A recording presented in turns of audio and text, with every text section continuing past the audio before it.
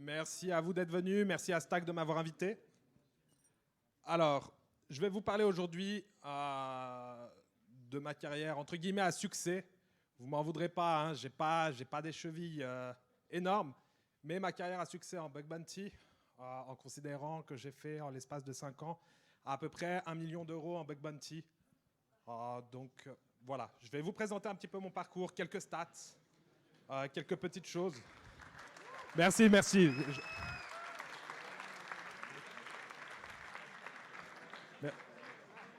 Merci. Je vois que j'ai trouvé le moyen de réveiller tout le monde directement après le repas. Ça commence bien. Espérons que ça continue. Donc je me présente rapidement. Je m'appelle Daniel Le Gall. Je suis aussi connu sous le pseudo Blacklist. J'ai 28 ans.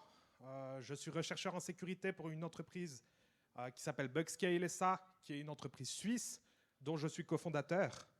Et puis, je viens vous proposer quelques petits tips, entre guillemets, pour le bug bounty.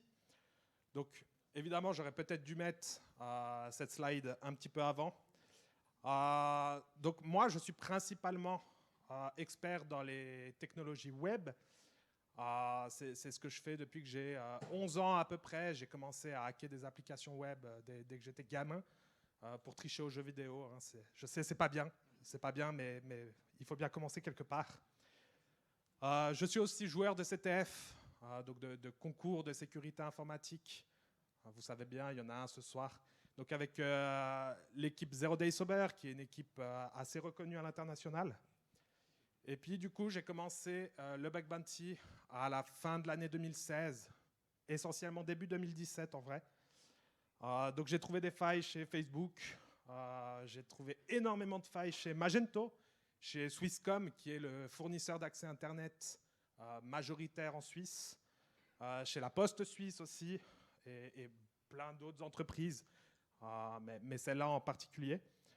Moi, généralement, je cherche des failles sur les domaines, sur les main domaines de ces entreprises-là.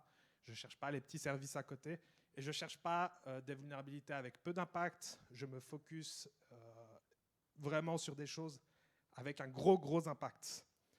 Donc, à côté, dans mon entreprise, on fait aussi de la recherche de vulnérabilités et puis un petit peu de pentest de temps en temps. Et on fait aussi du bug bounty de façon professionnelle. Alors, de quoi on va parler aujourd'hui? Je pense que vous l'avez compris, on va parler de bug bounty. Alors, déjà, qu'est-ce que le bug bounty? Pour ceux qui ne savent pas, c'est des programmes que les entreprises peuvent monter qui autorisent des hackers comme nous à finalement attaquer directement leur système. Des systèmes qui peuvent whitelister, ils peuvent whitelister certains systèmes bien particuliers ou alors carrément mettre tout leur système dans le scope et en échange des vulnérabilités qu'on trouve, ils nous donnent une rémunération en fait contre les vulnérabilités qu'on rapporte.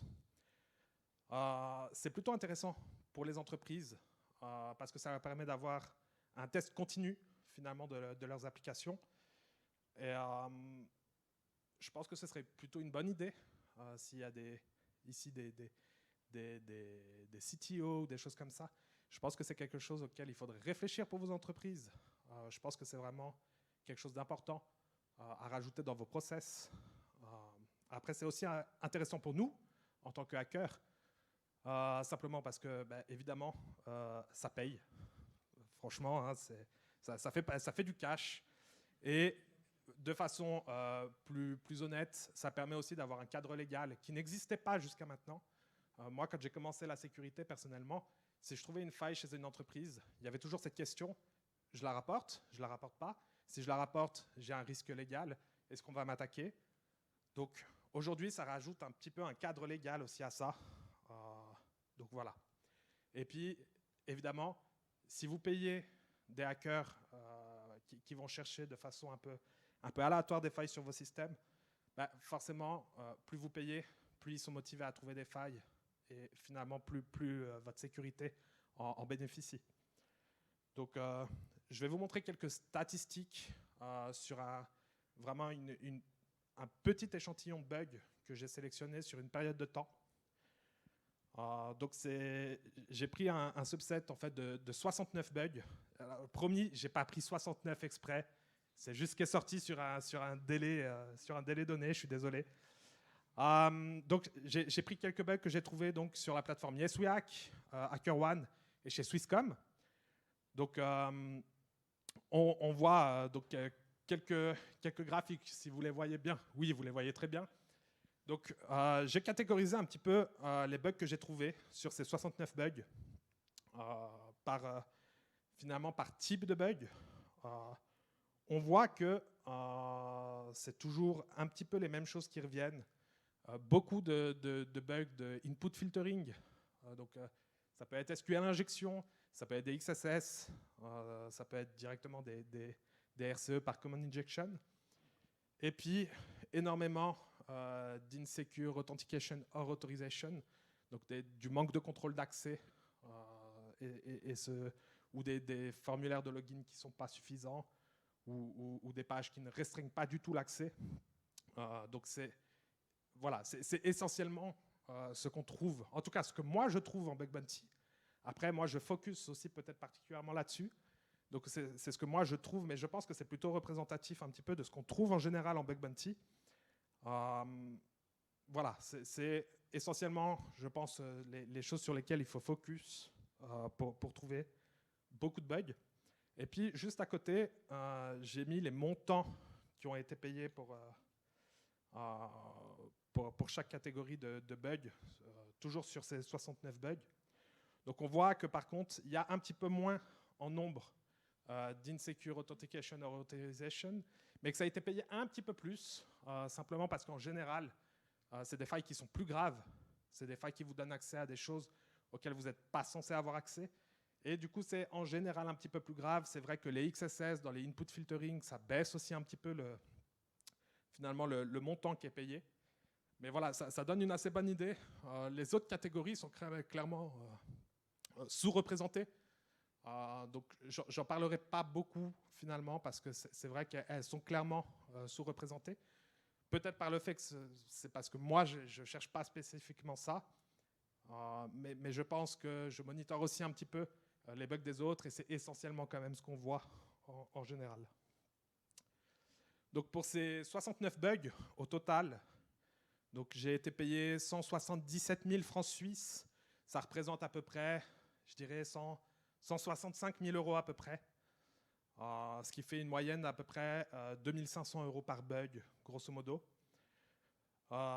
Évidemment, comme j'ai déjà dit, ces statistiques, elles dépendent évidemment de la méthodologie du hacker.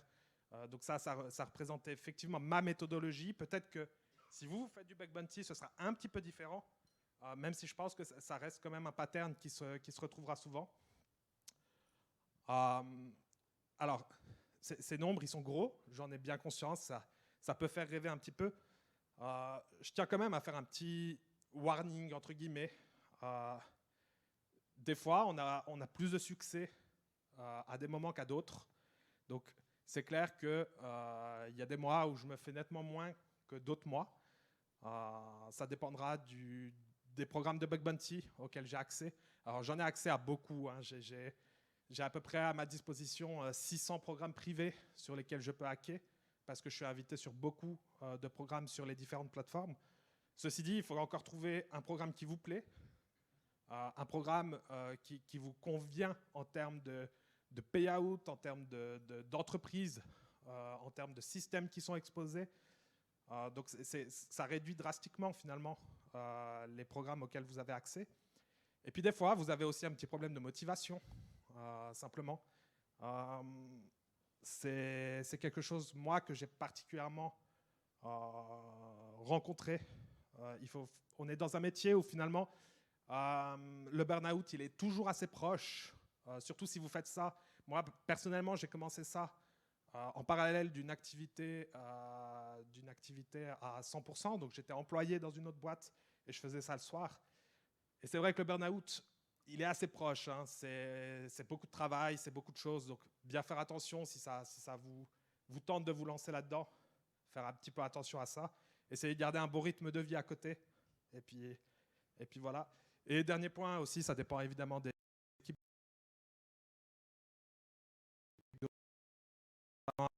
c'est vrai que faire passer mes bugs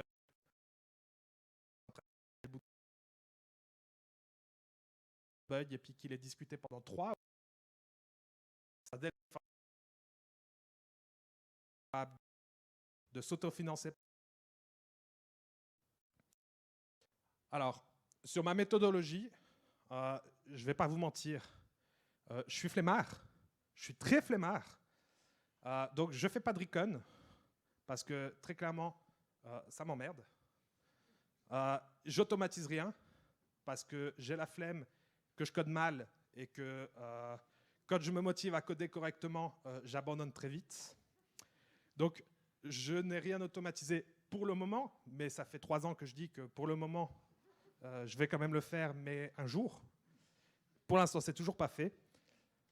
Et généralement, je choisis moi personnellement des programmes qui payent bien, surtout pour des vulnérabilités importantes ou critiques, parce que c'est là-dessus que moi personnellement je vais focus.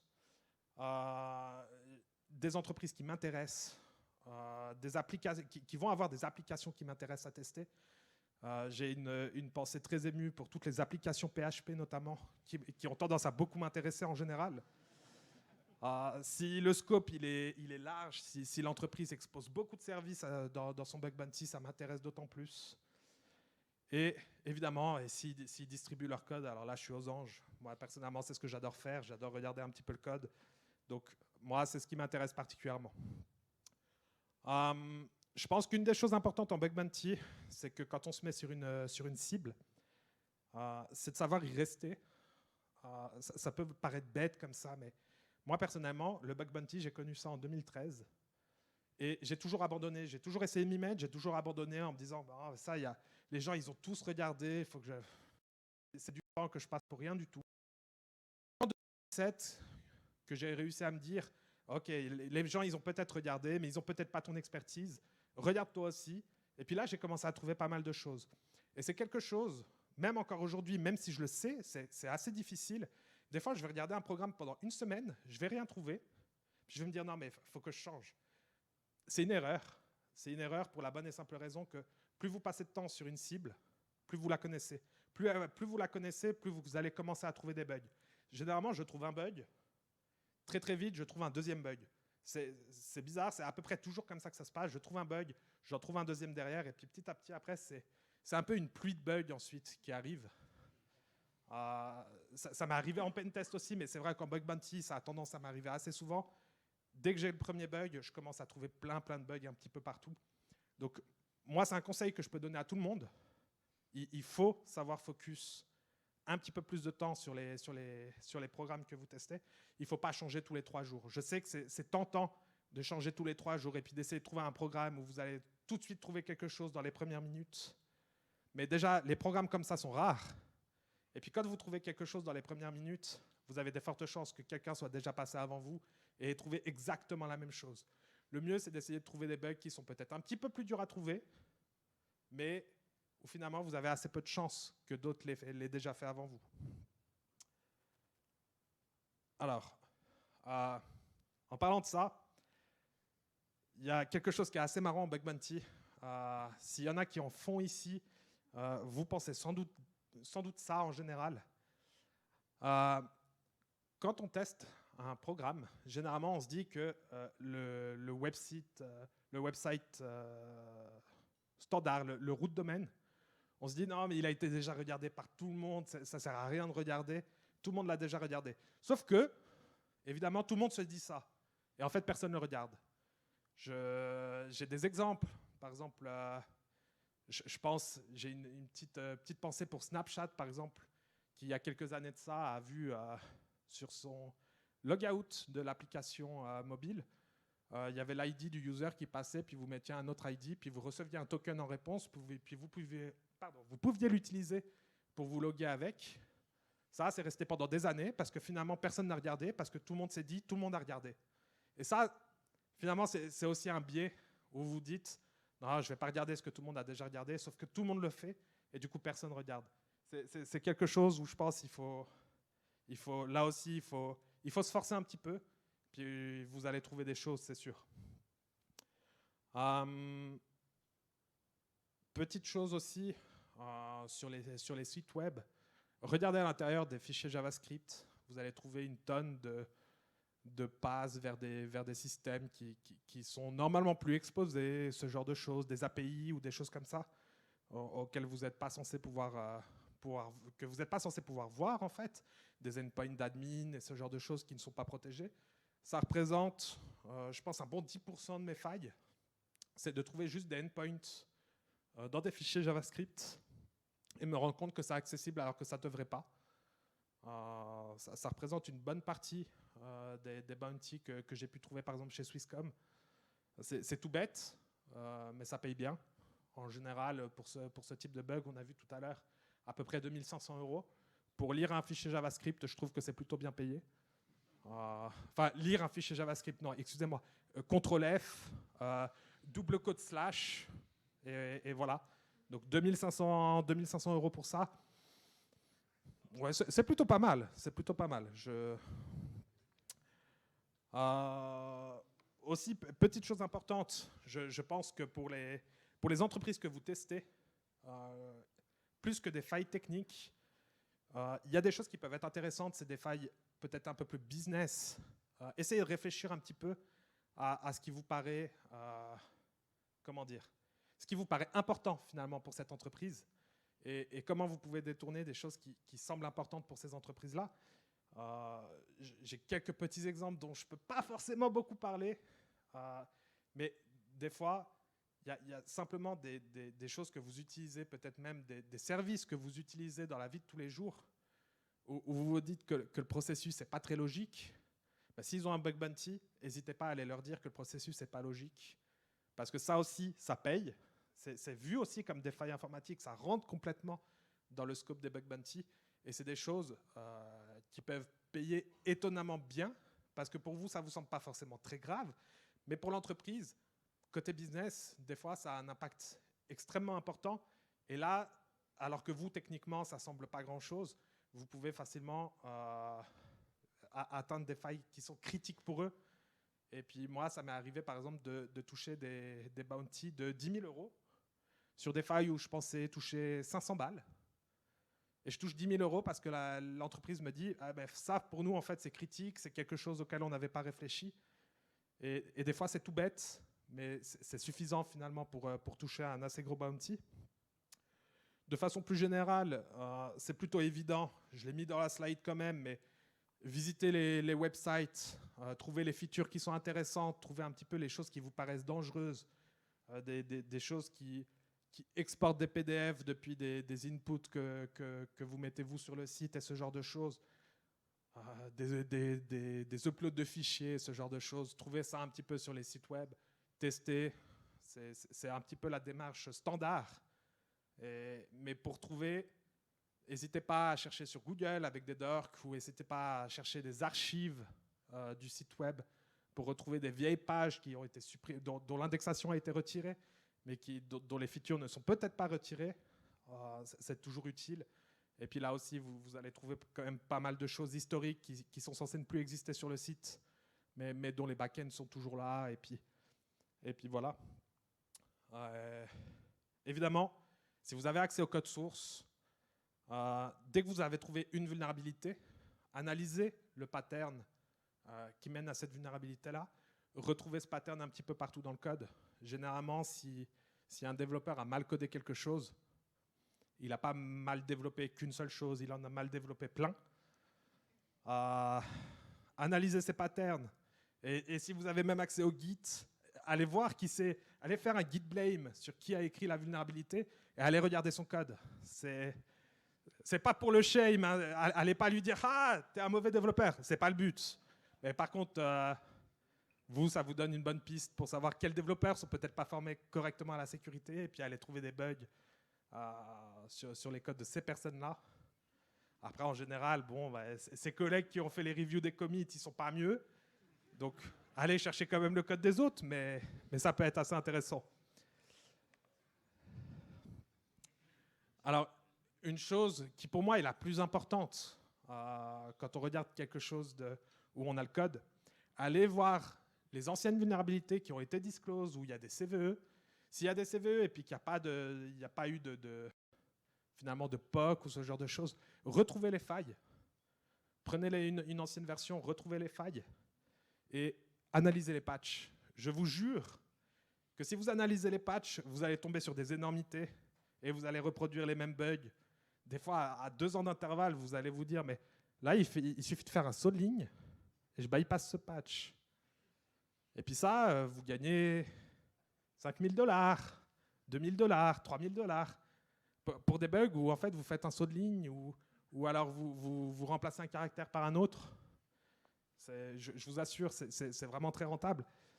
D'ailleurs, je parle dans ces slides d'une Preos RCE qui a touché Magento il y a tout juste quelques mois, où donc j'ai eu la CVE 2022-24087, tout en sachant que la 24086 était sortie 3 jours avant, et qu'en l'occurrence, il m'a fallu un saut de ligne pour bypasser leur patch.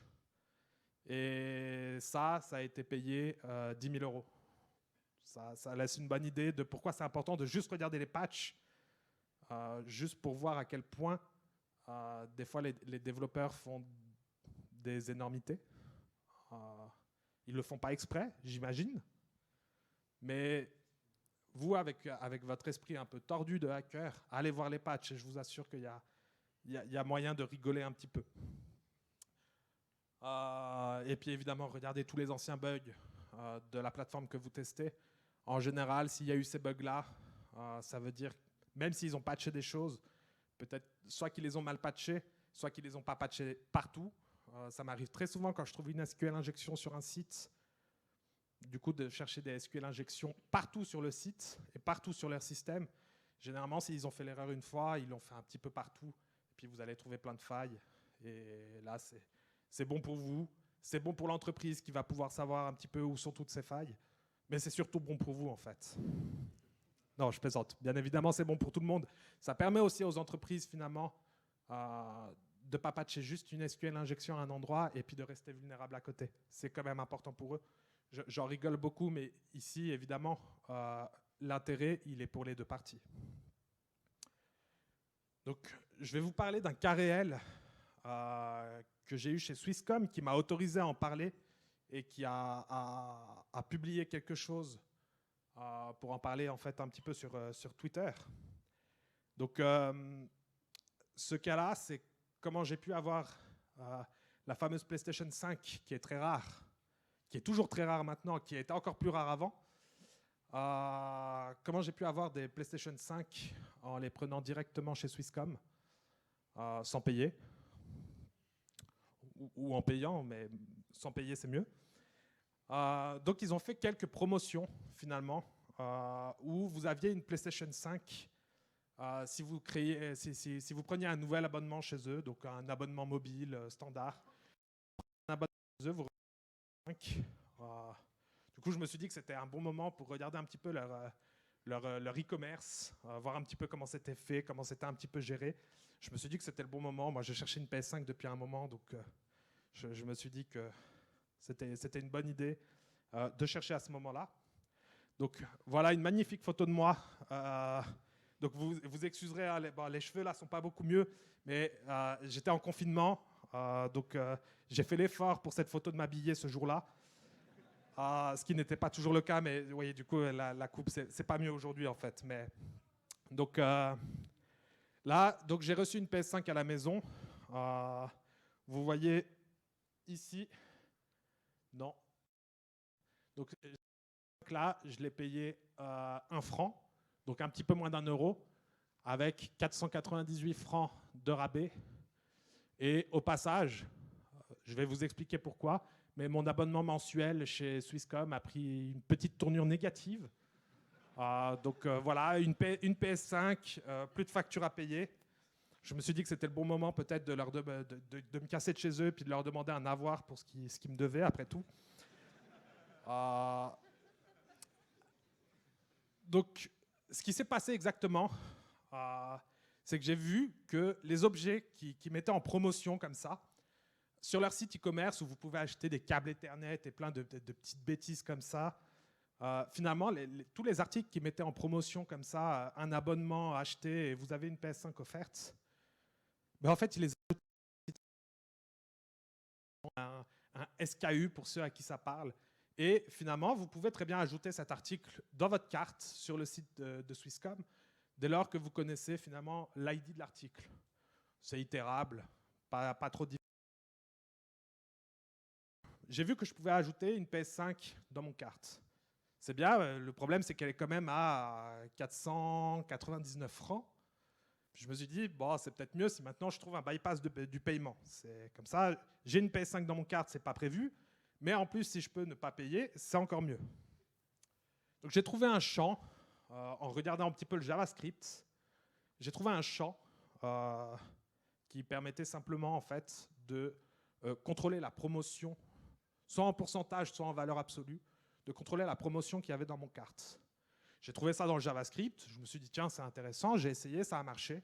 J'ai pu appliquer une promotion arbitraire à mon carte. Donc, au début, j'ai cru que cette faille, elle marchait que sur ces objets promotionnels. Je me suis dit bon, ben, c'est des objets promotionnels, du coup il y a un champ qui se rajoute pour la promotion. Donc j'ai essayé de chaîner les deux failles. J'ai réussi à commander une PlayStation 5 à 1 franc. Ensuite, je me suis rendu compte qu'en fait, cette faille qui permettait de contrôler la réduction dans le panier, ça marchait aussi pour n'importe quel autre article, contrairement à ce que je pensais. Mais bon, j'ai quand même commandé la PS5. Alors, je vous rassure, je n'ai pas commandé la PS5 juste pour en recevoir une. La vérité, c'est que Swisscom, c'est une énorme entreprise en Suisse. C'est la plus grosse entreprise de Suisse. Et ils ont évidemment tout un système anti-fraude et ce genre de choses. Et évidemment, le but, c'est quand même de savoir si ça passe vraiment l'antifraude ou pas. 2 jours après, j'ai reçu la PS5 chez moi, donc la réponse est oui, ça a passé l'antifraude. Donc évidemment, j'ai rapporté la faille directement à Swisscom, en leur disant bien entendu que je n'avais pas déballé la PS5 et que je pouvais leur envoyer, avec quand même un petit espoir qu'ils ne me demandent pas de la renvoyer. Ils ne m'ont pas demandé de la renvoyer. Mais par acquis de conscience, parce que voilà, j'en rigole beaucoup aujourd'hui, mais la vérité, c'est que je ne suis pas non plus, je suis pas un voleur, je ne suis pas malveillant. Donc, j'ai essayé de les rembourser. Ce que j'ai fait, c'est que je me suis rendu compte que la promotion que je pouvais rajouter au panier, elle pouvait aussi être négative. Donc, je pouvais monter le prix de mon panier. Alors, je me suis dit, bon, bah, je vais créer un panier, je vais acheter un câble Ethernet, et je vais monter le prix de mon panier. Je vais le monter de 498 francs, c'est l'argent que je leur dois. Donc, je vais monter mon panier de 498 francs. Et du coup mon but, c'était juste de leur rembourser les 498 francs que j'avais réduits sur la PS5. Donc à la fin, au moment du paiement, vous pouvez décider simplement soit de payer par carte, soit de dire, bon, bah, prélevez-moi sur ma prochaine facture mensuelle. Et donc au bout de 2 jours, je me rends compte que bah, plutôt qu'avoir augmenté ma facture mensuelle de 498 francs, bah, ça me l'a réduite de 498 francs. Et qu'en plus, c'est parti dans le négatif, alors que normalement, il y a des protections contre ça. Donc là, Swisscom me doit de l'argent, alors que moi, j'ai essayé de les rembourser. Du coup, j'étais un peu gêné. J'étais quand même un petit peu gêné. Mon but, c'était quand même de leur rendre leur argent. Et finalement, j'ai encore empiré les choses.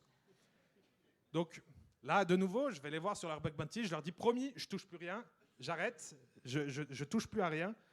Et donc, je les ai quand même prévenus. Je leur ai dit, bah, voilà, ma facture mensuelle est partie dans le négatif, c'est pas normal. Ça rajoutait encore de la criticité à mon bug. Donc, j'ai pu discuter un petit peu avec eux. Leur réponse a été oh my god, c'est complètement fucké comme système. Non, je plaisante. Ils étaient très étonnés. Ça les a beaucoup fait rire. Et puis, ils sont très, très vite intervenus pour que ce soit plus possible. C'est une équipe qui est vraiment, vraiment très cool chez Swisscom. Je vous conseille très fortement d'aller regarder leur bug bounty.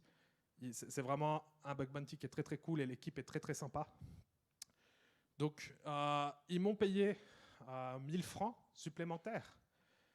Et comme ils sont vraiment très sympas, et je les remercie beaucoup, ils m'ont laissé la PS5, les 2 PS5 en vrai, Parce que au début, j'ai vu que je pouvais rajouter une PS5 dans mon panier. Donc j'en ai commandé une à prix réel. Et ensuite, j'ai trouvé le bypass de paiement. Donc ils m'ont laissé les deux PS5. Ils m'ont donné 1000 francs en plus. Et ils ont laissé ma facture mensuelle en négatif, qui petit à petit s'est rattrapée à travers les factures, elle est remontée. Donc ils m'ont laissé au final un bounty de 2000 francs, à peu près 2000 euros. Donc merci à eux, c'est une belle histoire, je trouve. Une belle histoire de collaboration. Je tiens à dire quand même que je suis un habitué de leur bug bounty. Je n'ai pas attaqué ce système sans savoir qu'ils étaient d'accord. Chez Swisscom, j'ai trouvé à peu près 300 vulnérabilités sur les 4 dernières années. Donc c'est des gens avec qui j'ai l'habitude de travailler. Donc je vous rassure, il n'y a rien qui a été fait de façon malveillante ou quoi que ce soit. De nouveau, j'en rigole beaucoup, mais ça a été fait de façon tout à fait éthique. Donc, petite conclusion, le bug bounty, pour vos entreprises, s'il y a des gens ici qui sont managers en sécu ou ce genre de choses, le bug bounty, c'est vraiment un moyen important que vous pouvez rajouter dans vos process pour avoir finalement un meilleur monitoring de la sécurité de vos applications. Vous avez des gens comme moi qui vont venir checker régulièrement, savoir si vous avez fait quelques problèmes, si vous avez rajouté quelques vulnérabilités de temps en temps. Ça ne fait pas de mal si vous êtes sûr de vous, si vous êtes sûr de votre sécurité. Eh ben, j'ai envie de dire, ça ne vous fera pas de mal. Et si vous n'êtes pas sûr de votre sécurité, eh ben, finalement, ça va juste rajouter un petit peu de sécurité à vos applications. Dans tous les cas, ça ne peut pas faire de mal. Dans l'optique où, par contre, vous mettez un petit peu de monitoring et si votre application elle est un petit peu mature, je vous déconseille quand même de partir sur du bug bounty si vos applications ne sont pas du tout matures. Le but, ce n'est pas que vous partiez en bug bounty, que vous preniez 50 vulnérabilités, que vous soyez obligé de payer 250 000 euros dès les premiers jours. C'est clairement pas le but. Et d'ailleurs, si vous partez sur l'optique de faire du bug bounty, je vous conseille de partir sur des prix sur des primes finalement relativement faibles au début, disons à peu près 1500 euros pour une faille critique, et puis de monter petit à petit, quand vous recevez de moins en moins de rapports, je vous conseille de monter petit à petit les prix pour que les gens continuent à s'intéresser à votre programme et que finalement, plus vous êtes mature en sécurité et plus ça vaille le coup pour les hackers d'aller regarder. Donc il y a quelques entreprises qui se sont spécialisés dans le bug bounty. Alors premièrement, mon entreprise Bugscale, nous on est experts pour aller attaquer vos systèmes, pas pour vous aider à organiser le bug bounty. Donc vous pouvez sans autre nous demander de participer à vos programmes si vous en faites. On est gentil, on ne mord pas. Ça donne l'impression comme ça hein, que je mords, mais non, je ne vous mordrai pas. On est évidemment heureux de recevoir des invitations et de recevoir finalement vos sollicitations pour participer à vos bug bounty. Et puis en France, vous avez de la chance d'avoir par exemple YesWeHack, qui est une grande plateforme de bug bounty, qui va vous aider à organiser vos programmes, qui vont pouvoir vous conseiller. Il y a aussi d'autres entreprises que je connais moins malheureusement en France et en Europe, des plateformes que je connais un petit peu moins. Mais en tout cas, ces plateformes, elles vont pouvoir vous aider à organiser en fait votre bug bounty et voilà, à appliquer les bonnes stratégies. Donc, je pense que vous n'avez plus vraiment de bonnes raisons de ne pas faire de bug bounty si vous êtes des leaders sécurité de votre boîte. En tout cas, je vous conseille très fortement de vous y pencher. Donc, si jamais quelque chose n'avait pas été clair dans ce que j'ai dit, vous pouvez me contacter sur Twitter, par mail directement ou sur LinkedIn. Vous pouvez me contacter à tout moment. Je réponds assez vite en général. Et puis, si ce n'est pas parce que quelque chose n'était pas clair, mais que vous avez juste des questions, vous pouvez aussi me contacter. Et si c'est juste pour me dire bravo, c'est cool, vous pouvez aussi. Voilà, merci beaucoup. Et puis, à tout bientôt, j'espère.